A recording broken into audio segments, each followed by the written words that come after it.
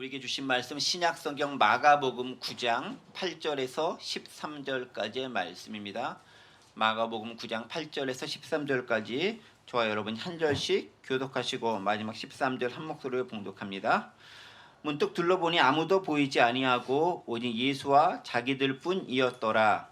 그들이 산에서 내려올 때에 예수께서 경고하시되 인자가 죽은 자 가운데서 살아날 때까지는 본 것을 아무에게도 이르지 말라 하시니 그들이 이 말씀을 마음에 두며 서로 문의하되 죽은 자 가운데서 살아나는 것이 무엇일까 하고 이에 예수께 묻자 이르되 어찌하여 서기관들이 엘리야가 먼저 와야 하리라 하나이까. 이르시되 엘리야가 과연 먼저 와서 모든 것을 회복하거니와 어찌 인자에 대하여 기록하기를 많은 고난을 받고 멸시를 당하리라 하였느냐. 그러나 내가 너희에게 이르노니 엘리야가 왔으되 기록된 바와 같이 사람들이 함부로 대우하였느니라 하시니라. 아멘. 네. 계속해서 마가복음 9장에 있는 말씀을 가지고 함께 은혜를 나누어 보도록 하겠습니다. 지난 시간까지 우리가 함께 봤었던 말씀들은 변화산에 대한 말씀이었습니다. 기억하시죠? 예수님께서 특별히 사랑하는 세 명의 제자들을 데리시고 어떤 산, 정확한 그 산의 이름을 모르지만 이제 우리는 이제 예수님 변형되셨기 때문에 변화산이라고 부릅니다. 그 산 이름이 변화산이 아니에요. 그렇게 잘못 알고 계시면 안 됩니다. 저는 예전에 그 산 이름이 변화산인지 알았어요.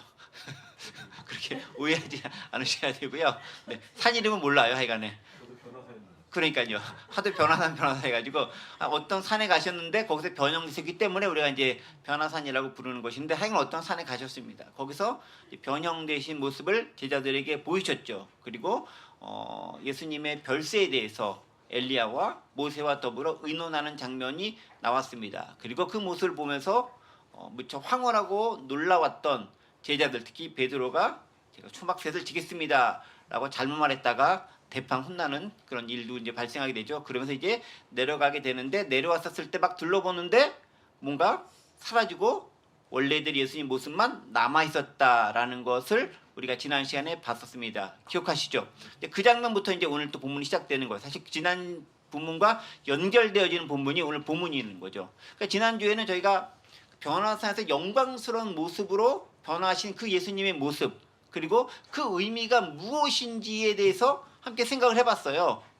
하나님께서 예수님을 통해서 이루고자 하시는 놀라운 모습들이 바로 이렇게 변화된 모습이다라는 거죠. 그런데 지금의 모습은 그냥 인간으로서 고통받고 핍박당하고 아픔을 느끼는 그런 연약한 인간의 모습으로 살아가고 있긴 하지만 그러나 때가 되면 이런 영화스러운 모습으로 바뀔 것이다 라고 말씀하시고 보여주시는 그 일종의 상징적인 징표, 맛보기라 할 수 있다. 이게 이제 지난 시간의 내용이었습니다. 자, 그런데 지난 시간에 살짝 제가 언급했듯이 그런 놀라운 모습을 딱 목격하게 되면 일단 그 모습에 취하기 마련이에요. 그 황홀한 간격 가운데 너무 그것이 진하게 강렬하게 내가 경험하게 되면 그 속에서 헤어나질 못하는 법이에요. 특별히 이제 베드로는 더더구나 그렇지 않습니까? 그러니까 이제 뭐 초막셋을 지켰습니다라고 나는 여기가 좋사오니 내려가지 않고 여기서 좀 있겠습니다라고 자신도 무슨 말하는지 모르게 고백하는 그런 일이 발생한다라는 거죠. 자, 바로 그런 사건이 때 있다 보니까 예수님께서 어떻게 바로 조치가 되어지냐? 베드로와 나머지 두 제자들이 봤었던 모습들이 다 사라지고 없어지는 거예요. 너희 봤었던 것이 중요한 경험이고 놀라운 체험이긴 하지만 그게 너희 가운데 영원한 것으로 남는 것은 아니다라는 거예요. 그럼 중요한 게 뭐냐? 나머지 것들은 다 오직 한 가지를 위한 거야. 그게 누구? 예수 그리스도를 위한 거야라는 거예요. 그러니까 8절이 그거죠. 문득 둘러보니 아무도 보이지 아니하고 예수와 자기들 뿐이었더라. 결국 현실은 뭐예요? 예수님. 그리고 그 예수님을 따라 사는 우리가 어떻게 살아가야 되는가가 중요하다라는 거예요. 우리가 때때로 신앙 체험을 많이 할 때가 있어요. 그러니까 예를 들면 지금은 저희 교회 같은 경우는 이렇게 특별히 수련회 같은 데 가지고 막 가지 않지만 그것도 때 되면 하고 싶긴 합니다. 저희가 이제 청년부 할 때라든가 또 여러분도 이렇게 뭐 할 때 산상수련회 같은 거 가지 않습니까? 근데 가면 이제 막 뜨겁게 막 기도하고 체험하고 요새는 이렇게 불이어버려서 이렇게 불체험 많이 안 하는 것 같긴 한데 제가 어렸을 때만 해도 또 제가 인도했을 때만 그런 체험도 많이 했었어요. 그런 체험을 강렬하게 하다 보면은 그 느낌, 그 생생한 기억 그 경험했던 놀라운 은혜가 날 압도하기 때문에 그 속에서 살아가게 돼요. 그런데 그게 이렇게 썩 오래 가지 못해요.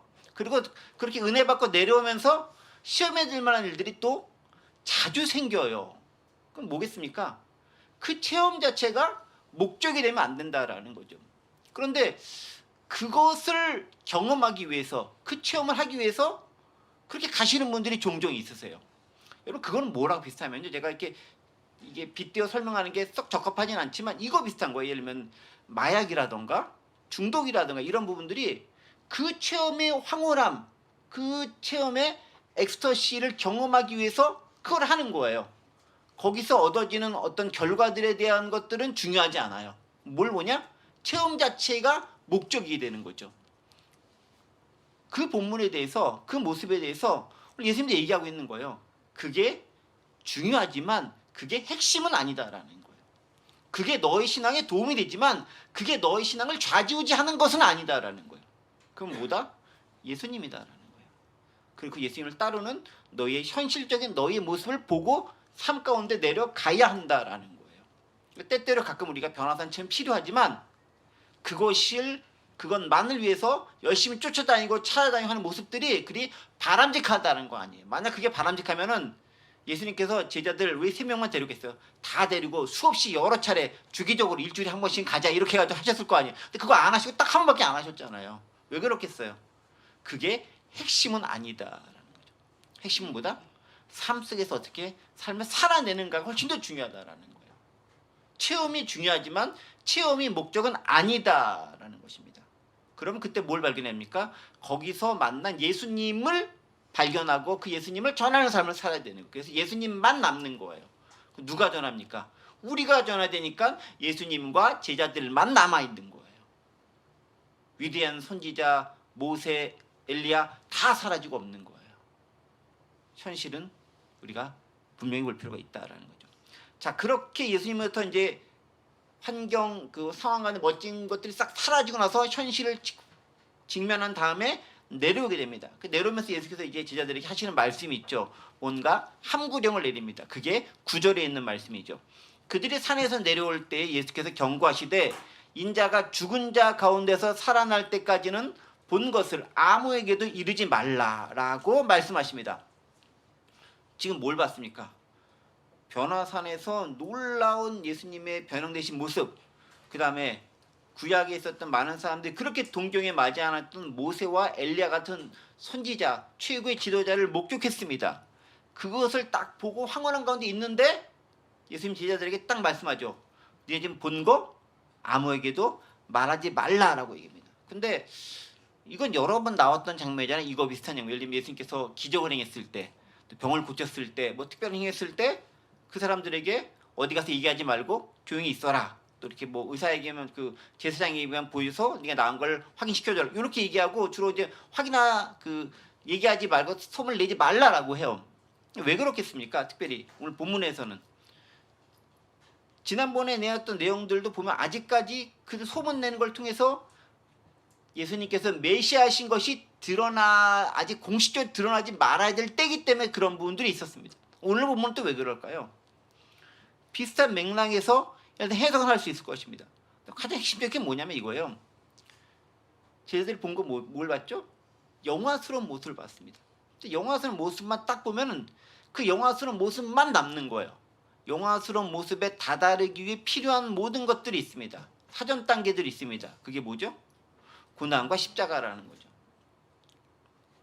근데 영광스러운 것만 딱 보면은 영광스러운 것에 대한 잔영이 너무 강렬하기 때문에 그것만 남고 그것만 동경하게 되는 거예요. 더불어 또 한 가지 중요한 이유가 있습니다. 왜냐? 니들이 지금 본 것을 가지고 얘기하고 한다면은 진짜 메시아가 무엇이고 누구인지 너희들은 알지도 못하고 모르는 것 가운데 이야기할 수밖에 없다라는 거예요. 왜 그러냐? 진짜 메시아의 모습은 고난과 십자가를 통해서만 이해될 수 있다라는 거예요. 그러니까 여러분 보세요. 오늘 이 장면이 나오기까지 여러 번에 걸쳐가지고 예수님이 내가 고난받는 메시아야, 그 다음에 내가 십자가에 달려야 될 거야, 이런 얘기 여러 번 하셨잖아요. 그럼에도 불구하고 제자들은 잘 이해를 못하는 거예요. 왜 이해를 못할까요? 그들에게 있어서 메시아는 고난받는다라는 개념이 없어요. 근데요, 원래 없었을까요? 있어요. 이사야 53장만 보더라도, 제가 말씀 준비는 안 했는데 이사야 53장만 보더라도 고난받는 메시아의 모습이 기록되어져 있어. 근데 구약 이후로 많은 사람들, 특히 메시아를 기다리는 사람들은 고난받는 메시아에 대해서는 생각을 하고 있지 않아. 어떤 모습을 생각하면 영광스럽게 딱 등장해서 이 나라를 해방시키고 다윗과 같은 나라를 만드실 분으로서의 메시아만 기대하고 기억하고 그것들만 기도하고 있다라는 거죠. 그러니까 보세요. 지금 제자들이 봤던 모습이 가장 영화스러운 모습일 거 아니에요. 저도 안 봐서 그 모습이 얼마나 영화스러운지 모르겠는데 그냥 그 모습일 거 아니에요. 근데 그것만 딱 전하기 시작하면은 중간에 메시아인데 고난도 당해야 돼. 메시아인데 십자가에 달려 돌아가야 돼. 이 모습은 사라지고 없다라는 거죠. 그 말은 뭐겠습니까? 왜 메시아가 고난 당해야 되는지, 왜 메시아가 십자가에 달려야 되는지에 대한 부분들이 빠져버리게 된다라는 거죠. 그러니까 영광만 보면은 온전한 메시아를 이해할 수 없기 때문에 니네가 지금 본 걸 이야기하는 걸 가지고는 반쪽짜리도 아닌 아주 불완전한 메시아를 이야기할 수밖에 없다라는 겁니다. 그래서 메시아에 대한 진짜 이해가 불가능하기 때문에 잘못 얘기하면 왜곡될 수밖에 없는 거죠. 특별히 제자들의 입을 통해서 잘못 말해지면은 상황 수습하기가 어려워지는 거예요. 예를 들면 여러분 이런 거 있지 않습니까? 정치권에서 보면 이제 대통령의 복심이라고 불리는 그런 사람들이 있습니다. 뭐 이제 뭐 핵심적인 그런 측근들이 있지 않습니까? 특히 이제 뭐 대통령 같은 경우는 대통령 비서실장 혹은 이제 이렇게 얘기하시는 그런 이제 홍보 담당하는 분이 이제 대통령 입이잖아요. 이분이 대통령의 의중을 정확하게 읽고 그걸 얘기할 수 있어야 되는 거예요. 근데 그걸 잘못하면은 어떻게 보면 대통령의 뜻을 왜곡하게 되는 거예요. 그러니까 본인이 정확하게 이해하지 못하면 말하지 말아야 되는 거예요. 잘못 말하면은 이게 여러 가지로 어렵고 난처한 일이 생기는 거예요. 그런 일이 생길 수 있다라는 거죠. 제자들이 예수님에 대한 얘기를 했는데 잘못 얘기해. 안 되는 거잖아요. 니네가 아직도 모르고 알 수가 없다라는 거예요. 언제 안다? 고난과 십자가를 통해 부활한 다음에야 비로소 안다라는 거예요. 실제로 나중에 베드로가요. 그것을 알고 난 다음에 오늘 본 사건을 고백하는 장면이 나와요. 어디 나올까요? 훌륭하세요. 훌륭하세요. 네, 베드로 후서. 어쨌든 베드로 서신데 맞아요. 베드로후서 나와요. 베드로후서 1장 16, 18절 보면 여기다 나왔죠. 네, 베드로가 직접 고백한 오늘 본 장면을 고백합니다. 우리 주 예수 그리스도의 능력과 강림하심을 너에게 알게 한 것이 교묘히 만든 이야기를 따른 것이 아니요 우리는 그의 크신 위엄을 친히 본 자라. 나중에 자랑하잖아요. 지극히 큰 영광 위에서 이런 소리가 그에게 나기를 이는 내 사랑하는 아들이요 내 기뻐하는 자 하실 때에 그가 하나님 아버지께 존귀와 영광을 받으셨느니라. 이 소리는 우리가 그와 함께 거룩한 산에 있을 때에 하늘로부터 난 것을 들은 것이라 라고 고백하는 장면이 나와요. 결국 베드로가 고백을 하긴 하는 거예요. 근데 언제 고백합니까? 한참 후에 고백하고요. 이 고백하기 전에 무슨 내용들이 있냐면요. 니네가 고난받아야 되고 예수님을 따르는 게 십자가의 길인 것이고 고난하는 게 너무 당연한 것인 것이 앞에 쭉 얘기한 다음에 그 다음에 이런 고백을 하는 거예요. 그도 역시. 그러니까 영광스러운 게 먼저 제시되는 게 아니에요. 또 우리는 근데 사실은 당근을 먼저 주는 걸 좋아하잖아요. 근데 좋은 거 딱 보여주면서 일로 와 딱 하고 이제 뭐뭐로 따라갔더니 힘들고 고생하고 이것도 가득 찬 거. 에이 잘못한다 발 뺄 수도 없고 뭐 이렇게 되는 거잖아요. 근데 사실 이제 신앙은 그런 모습이 아니에요. 따지면은 가보면은 처음부터 예수님은 영화스러움에 대해서 얘기한 적이 별로 없어요. 뭘 주로 얘기하냐면은 고통과 어려움 가운데서 어떻게 이겨내는 것인가에 대한 걸 훨씬 더 많이 얘기하고 계시다. 실제로 그런 삶을 많이 보여주시고 본인도 그렇게 삶을 사셨고. 근데 우리가 이제 기독교인으로 삶을 살다 봤었을 때 상당히 이제 어렵고 힘든 점이 뭐냐면은 이런 부분들인 거죠. 예수 그리스도에 대한 것들을 전하면서 좋은 것만 전하는 거예요. 아니 이게 잘못됐다라고 할 수는 없지만 저는 그래서 이제 이 말씀을 보면서 이제 이런 얘기했습니다. 또 이제 어저께도 누가 이제 어떤 거 대화를 나누면서 그런 얘기했습니다. 제가 이제 자꾸 라떼 얘기를 하면 이렇게 라떼 좋아하지도 않는데 라떼 얘기하면 안 되는데 저가 한참 이렇게 커나가고 성장했을 때 많이 배웠었던 그 전도 방식이 사형리 전도인 거잖아요. 사형리. 그렇죠? 하나님의 천지를 창조했는데 인간이 죄인이었어요. 죄를 지어가지고 천국에 갈 수 없는데 예수님이라는 그 다리를 통해서 천국에 갈 수 있다라는 게 이제 사형리 핵심적인 교리입니다. 그렇죠? 사형리를 가만히 보고 있으면은 핵심적인 교리가 많고 되게 중요한 것이고 달콤한 거예요. 왜냐면 내가 뭔가 잘못하고 속상하고 힘들고 어려운 일이 있는데 예수님을 통해서 저 천국에 하나님과 교제로 갈 수 있대. 또 내가 죄인인 걸 느꼈기 때문에 갈 수 있대. 고백만 하면 믿기만 하면 천국에 갈 수 있대. 얼마나 멋져요. 그런데 그 사형리만 너무 강조하다 보니까 삶이 빠져 있더라는 거예요. 그러니까 사형리가 나쁘다라는 게 아니라 사형리만으로 그가 진짜 그리스도인이 할 수 있는가라는 거예요. 그런 여러 가지 얘기를 하면서 그런 생각이 드는 거예요. 우리에게서 복음이란 무엇이냐? 단지 내가 예수 믿고 천국 가는 것만 복음이겠느냐? 물론 복음이에요. 그런데 내가 예수 믿고 천국 가기 위한 삶을 어떻게 살아야 되는가에 대한 복음은 왜 이야기하지 않는가라는 부분들을 우리는 고민해 봐야 되는 거예요. 사형리가 너무 멋지고 훌륭한 것이긴 하지만 그것이 우리로 하여금 천국에 이끌어준다고 이야기를 하고 있지만 그것을 받아들였을 때 어떤 삶을 살아야 되는가에 대한 부분들은 아무도 얘기하고 있지 않다라는 거죠. 그러니까 그게 전부인지 안다라는 거예요. 기독교도 그게 전부, 복음도 그게 전부. 예수 믿으면 다 좋은 것만 생기는 건지 아는 거예요. 궁극적으로 좋은 거 생겨요. 근데 삶을 살아가는 과정은 힘들고 어렵고 팍팍하고 때로는 때려치고 싶은 생각이 많이 들어요. 고개를 끄덕이시는 분은 힘든 삶을 사시는 것 같고 안 그러신 분들은 나는 여전히 즐거운데 이런 삶일지도 모르겠습니다만 가끔은 예수 믿는 게 힘들다라는 거예요. 차라리 안 믿고 딴짓하고 열심히 살았으면 훨씬 좋았을 걸 이라는 생각이 들 수도 있다라는 거예요. 우리의 삶에 대한 부분들이 너무 많이 간과되어져 있다라는 것입니다. 변화산의 모습이 그걸 얘기하고 있는 거예요. 다 사라지고 예수님과 제자만 딱 남는 거잖아요. 실제 중요한 건 너의 삶이다라는 거예요. 본 화려하고 멋진 모습들을 다 사라진다라는 거예요. 나중에 고난과 십자가를 통해 그것이 도달할 수 있다라는 거죠. 우리는 그런 부분들에 대해서 고민해 봐야 되는 거예요. 그래서 복음을 전할 때도 저는 반드시 그것도 전해야 된다고 생각해요.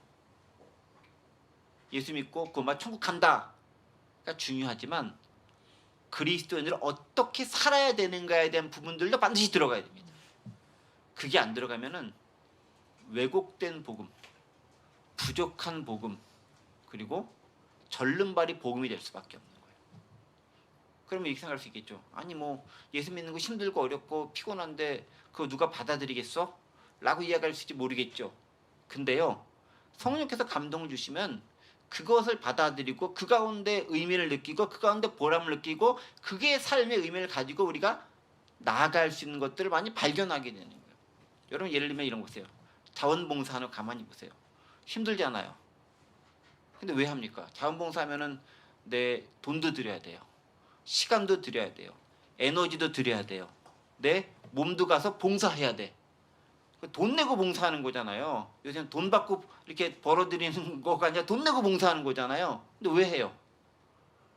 보람과 기쁨이 가운데 있는 거죠. 돈으로 받을 수 있는 기쁨이 있는 거죠. 즉 인간의 삶이라는 것들은 그렇게 돈과 치환되는 것으로는 해결할 수 없는, 설명할 수 없는 부분들이 반드시 존재한다는 것입니다.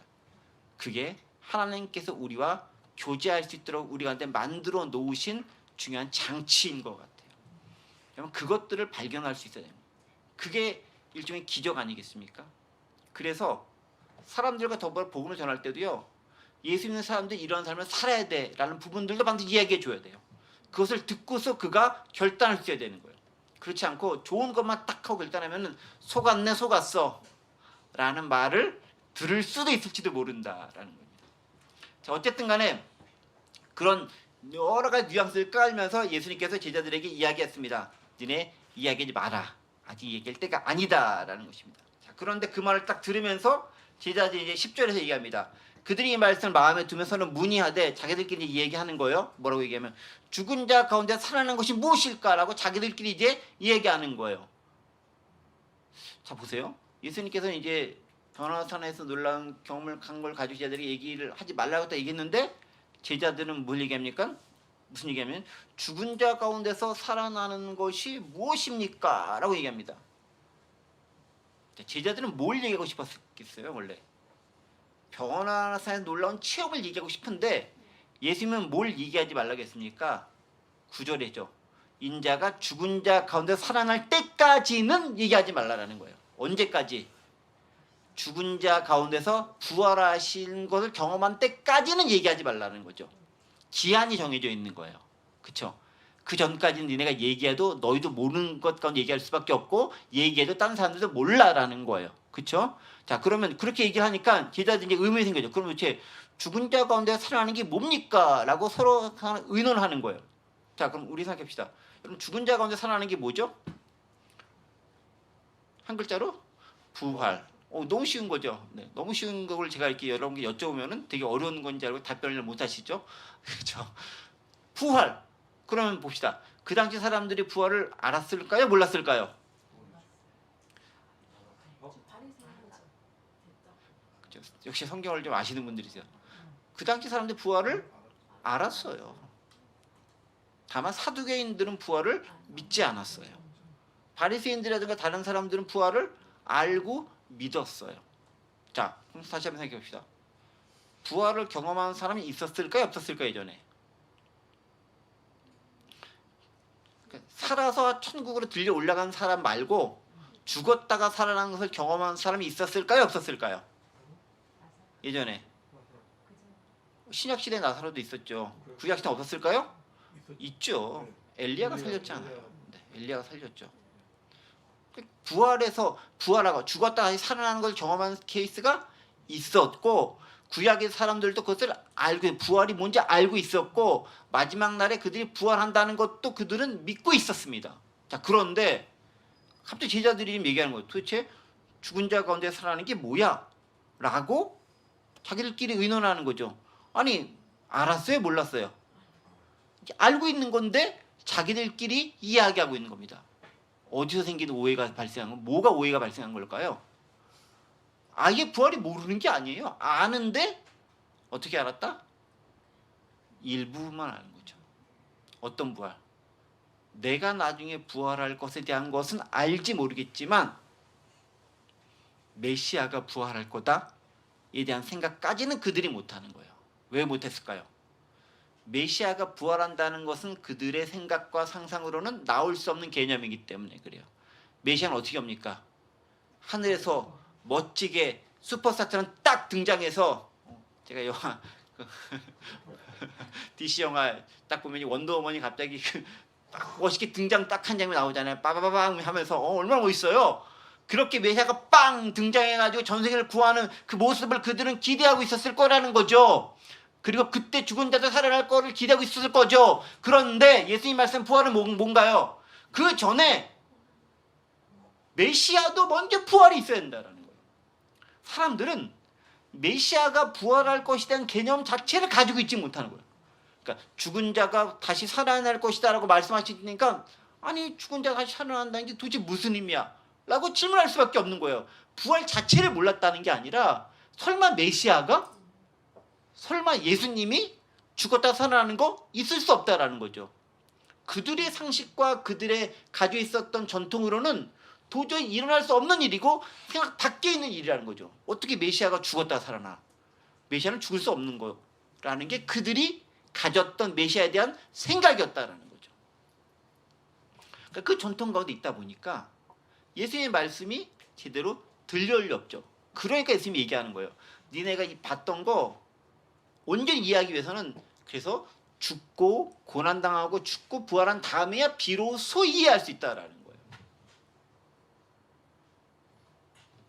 그러니까 제자들이 이렇게 서로 아직까지도 메시아가 죽어야 된다라는 것, 예수 그리스도께서 십자가에 달려야 된다는 것의 의미를 깨닫고 그 다음에 그들이 이해하고 있지 못했다라는 거죠. 그런데 여기까지 이제 순서로 진행되고 오는 것 같아요. 근데 여러분 갑자기 11절 보세요. 무엇일까라고 의문을 가졌죠? 어떤 의문? 죽은 자 가운데 살아난 게 뭘까 의문을 갖다 갑자기 시도 때도 없이 11절 무슨 얘기 나옵니까? 이 예수께 묻자고 이르되 어찌하여 서기관들이 엘리야가 먼저 와야 하리라 하나이까? 문맥상 약간 좀 뜬금없는 말처럼 들리지 않나요? 아니 그러니까 죽은 자에 대한 얘기 갑자기 나오고 살아나는 거 얘기하고 있다 갑자기 엘리야가 왜 먼저 와야 된다라고 얘기하죠? 라고 지금 이야기하고 있다라는 것입니다. 이걸 이야기하기 위해서는 조금 몇 가지 사전 지식이 좀 필요한 것 같습니다. 자, 예수님께서 변화산에서 만났던 사람 중에 대표적인 사람 한 명이 모세고 또 한 명이 엘리야였죠. 자, 그런데 이제 오늘 11절에서 엘리야가 언급이 되지만 이 엘리야에 대한 언급을 예수님께서는 다시 누구랑 예수님 연결시키죠? 나중에 세례 요한과 연결시킵니다. 그러니까 엘리야가 있는데 엘리야 역할은 세례 요한이야. 세례 요한이 엘리야 역할을 하면서 내기를 준비했어라고 이끌어 가시는 장면을 우리가 발견할 수 있습니다. 그렇죠? 자, 그런데 엘리야가 했었던 중요한 역할 중에 하나가 뭐였습니까? 길을 예비하는 거. 그게 이제 구약에서 엘리야가 메시아에 대해서 감당해야 할 중요한 역할이다라고 이야기하고 있습니다. 그러니까 예수님께서 죽은 자에 대한 부활을 얘기하시고 그런 분들 얘기하시면서 그래 좀 메시아에 대한 부분들이 있는 건가라고 머리에 들어가면서 근데 메시아가 오려면 엘리야도 와야 되는 거잖아 라는 생각을 그들이 지금 이제 추론해서 연관시켜서 하고 있는 거예요. 그러면서 이제 묻는 거죠. 아니 서기관들이 엘리야가 먼저 와야 한다고 했었는데 그럼 뭐 엘리야에 대한 분이 어디 있는 거예요? 당신이 엘리야예요? 제자들도 지금 그렇게 물어보고 있는 거예요. 근데 여러분 약간 이 주제에서 또 헷갈리지 않습니까? 얼마 전에 예수님께 제자들이 물어봤죠. 사람들이 나를 누구라고 하니? 그러니까 제자들이 뭐랄까? 더러는 세례 요한, 더러는 엘리야, 더러는 선지자 중에 하나라고 합니다. 너는 날 누구라고 하니? 그러니까 베드로가 뜬금없이 자기도 뭔 소리인지 모르게 고백한 놀라운 고백을 했죠. 여전히 모르고 있는 거예요. 여전히 엘리야, 세례 요한, 메시아 헷갈리고 있는 거예요. 그래서 물은 거죠. 엘리야가 먼저 와야 하리까? 그럼 당신이 메시아라면 엘리야가 와야 되는데 그럼 엘리야는 어디 있습니까? 라고 이제 묻는 질문이 그 가운데 들어가 있는 거죠. 엘리야가 진짜 오긴 왔습니까?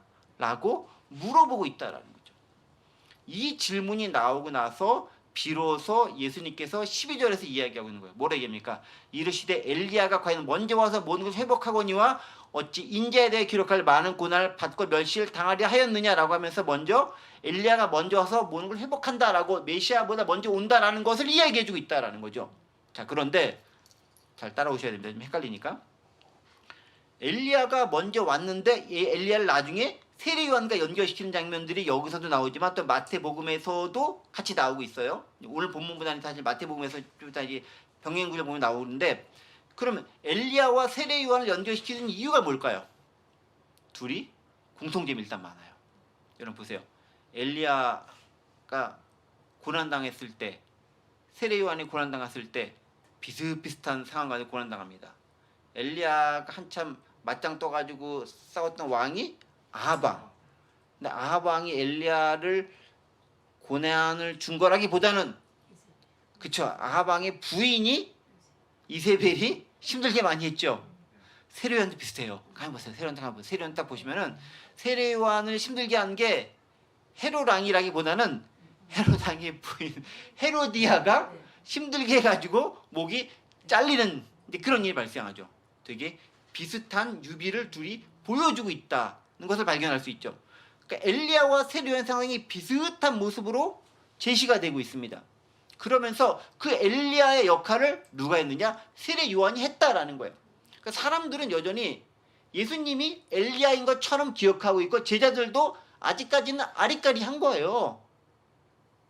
베드로는 주는 그리스도입니다 고백을 딱 했지만 여전히 그들 마음에는 엘리야 와야 되잖아. 엘리야는 어디 있어? 예수님이 엘리야인가? 여전히 그런 생각 가운데 있는 거예요. 그래서 예수님께 정리해 주는 거죠. 어떻게? 엘리야가 왔는데 그 엘리야가 바로 세례 요한이다라고 이야기하고 있는 거죠. 여러분 그 병행 구절을 함께 좀 보겠습니다. 마태복음 17장 8절에서 13절까지 말씀. 벌써 나왔죠? 여기 보세요. 쭉 본 다음에 나중에 12절 보세요. 내가 너에게 말하니 엘리야가 이미 왔으되 사람들이 알지 못하고 임의로 대우하였느니라. 인자도 이와 같이 그들의 고난을 받으라 하시니 그제서야 제자들이 예수께 말씀하신 것이 세례 요한인 줄을 깨달으니라. 이 부분이 마가복음엔 없지만 마태복음에는 있어요. 지금 뭐겠습니까?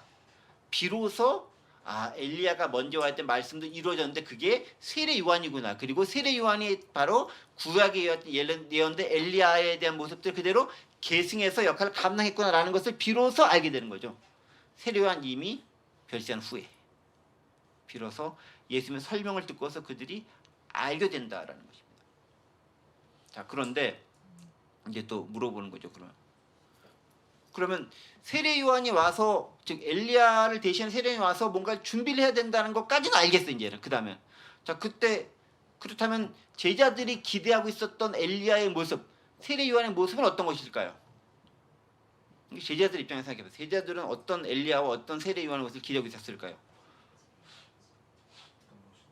그렇죠. 제자들의 모습은 그거인 거예요. 제자들은 메시아가 멋지게 등장하기 전에 세례 요한이 아니죠. 엘리야 같은 사람이 딱 미리 선수 등장을 딱 해가지고 길을 예비하는데 예수님을 멋지게 소개하는 것처럼 딱 평경을 싹 해버리고 멋지게 자 주인공 등장하십시오 짠 하고 만들어낼 것처럼 기대하고 있는 거예요. 여전히. 그러니까 제자들이 사람들이 여전히 생각하고 있는 엘리야의 모습이나 메시아의 모습은 멋지게 등판하는 그 모습만을 여전히 기억하고 기대하고 있는 거예요. 그런데 세례 요한은 그렇게 멋지게 등판해가지고 싹 쓸어버린 게 아니라 형장 이슬로 사라져버렸잖아요. 그러니까 그들이 보기엔 여전히 엘리야가 아닌 것처럼 보이는 거예요. 여전히 내가 생각하고 있었던 그 개념과 다른 거죠.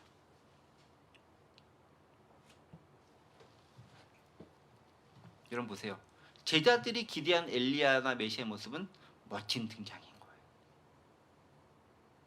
예수님께 말씀하신 엘리야나 예수님의 등장은 멋진 등장이 아니에요. 우리가 바라는 기독교의 모습도 그렇지 않을까요? 멋지게 딱 등장해가지고 멋지게 한 판을 끝내버리는 모습을 기대하고 있는지 모르겠지만 최종적으로는 그렇게 해요.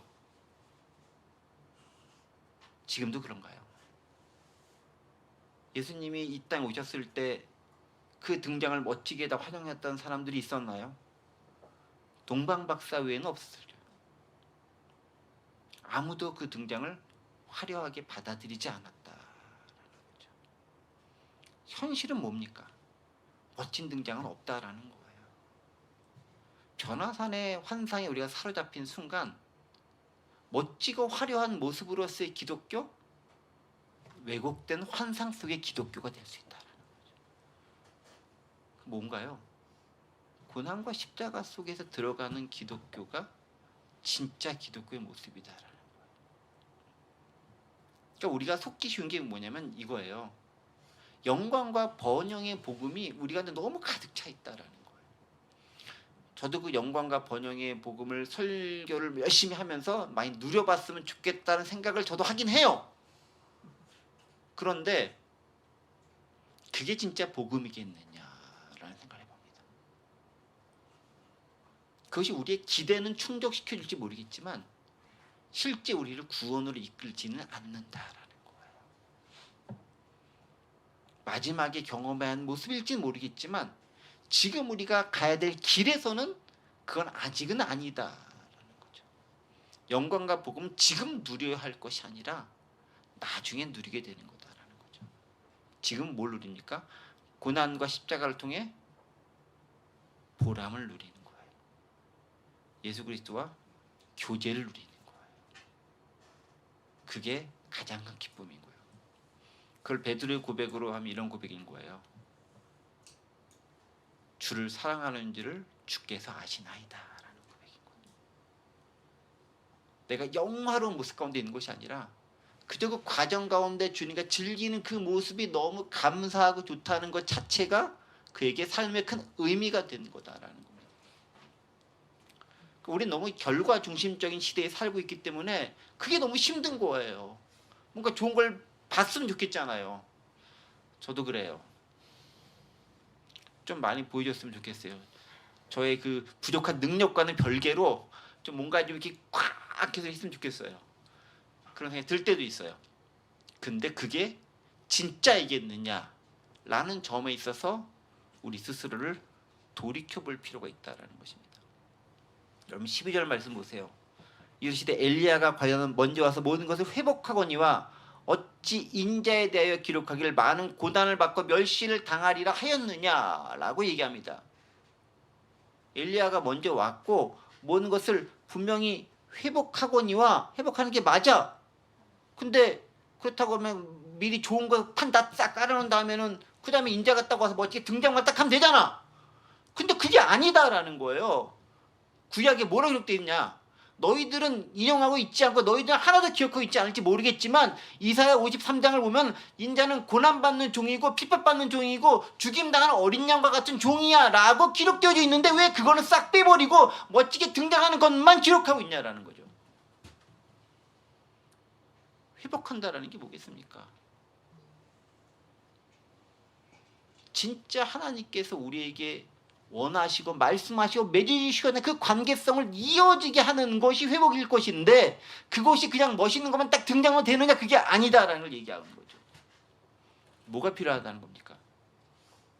죄에 대한 자각이 필요하다고, 회개가 필요하다고 말씀하고 있다라는 거죠.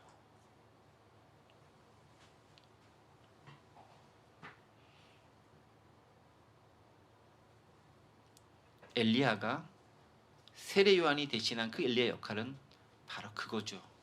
뭔가요? 네가 잘못하고 있다라는 것들을 깨달아 아는 것에 있습니다.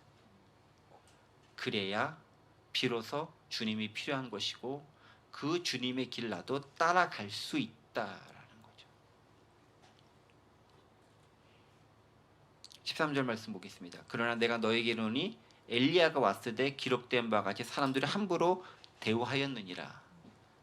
엘리야가 왔죠. 세례 요한으로 왔습니다. 그런데 사람들이 함부로 대해서 그가 죽은 것처럼 인자도 그렇게 고난을 당한다라는 거죠. 그게 오늘 우리에게 주는 메시지라는 거죠. 어떻게 영광스러운 모습으로 오는 것이 아니라 고난과 십자가와 고통 가운데의 삶을 살아가는 속에서 복음은 비로소 열매를 맺게 된다라는 것들을 이야기해주고 있습니다. 말씀을 한번 정리해 보겠습니다. 때로 우리는 메시아가 무엇인지 아는 것처럼 생각할 때가 있어요. 교회가 무엇인지 아는 것처럼 생각할 때가 있어요. 복음이 무엇인지 아는 것처럼 생각할 때가 있어요. 근데 진짜 아는 걸까요? 혹은 왜곡되어서 혹은 일부분만을 혹은 겉모습만을 아는 것을 안다고 착각하고 있는 것일까요? 아예 모르고 받아들였으면 용서라도 받을 것인데 기록되어져 있음에도 잘못 알거나 의식적으로 왜곡하거나 받아들이지 않기로 했다라고 한다면 그 모습은 더욱더 책망의 대상이 될 수가 있다라는 거죠. 그래서 우리는 제대로 알아야 된다는 겁니다. 어떻게? 예수님이 누군지, 메시아가 무엇인지, 엘리야와 세례요한 역할이 무엇인지를 제대로 알아야 된다는 것입니다. 그리고 그것은 고난과 십자가 부활을 경험한 뒤에야 비로소 온전히 이해될 수 있다라는 것을 반복적으로 계속 이야기해주고 있는 거예요. 중간에 빠진 영광스러운 것만 그건 없다라는 거죠. 우리의 삶을 점검해 보면서요. 과연 내가 예수를 왜 믿고 있는가? 천국 가기 위한 거 맞죠. 그런데 어떻게 천국을 갈 것인가에 대한 부분들을 간과하고 그저 가 있는 것처럼만 살아간다는 것이 얼마나 왜곡되고 잘못된 삶인가에 대한 자각을 통해서 오늘 우리가 발 내딛고 있는 이곳 변화산이 아니라 내려와서 삶을 살고 있는 그곳 예루살렘과 갈릴리 그곳에서 어떻게 주님을 따르는 삶을 살 것인가에 대해서 조금 더 고민하고 치열하게 삶을 살아갈 때 비로소 우리도 모르는 사이에 주님과의 온전한 만남이 가능해질 것입니다. 그때는 아무도 모르지만 반드시 오게 될 그때가 우리가 기다리는 그때가 될 것입니다. 그때가 될 때까지 함께 열심히 제자의 삶을 사랑하는 저와 여러분들이 되시기를 간절히 원합니다. 기도하겠습니다. 하나님, 때로 우리는 변화산의 그 영광스러운 모습만을 기억하고 그것만을 바라보는 삶을 살고 있지는 않은지 되돌아봅니다. 하지만 그것은 한순간에 보이는 환상일 수 있고 진짜 중요한 것은 우리가 발 디디며 살아가고 있는 삶의 현실임을 고백합니다. 어려운 삶 가운데서도 주님께서 가셨던 그 길, 그 십자가의 길, 그것을 따르는 제자의 길 제대로 갈 수 있도록 도와주시고 때때로 힘들고 어려웠을 때 성령께서 동행하심으로 이겨내게 하시고 그 이겨냄을 통해서 마지막 순간에 내가 여기까지 왔다라는 바울의 고백처럼 우리의 고백도 될 수 있도록 도와주옵소서. 감사드리며 예수 그리스도의 이름으로 기도드립니다. 아멘.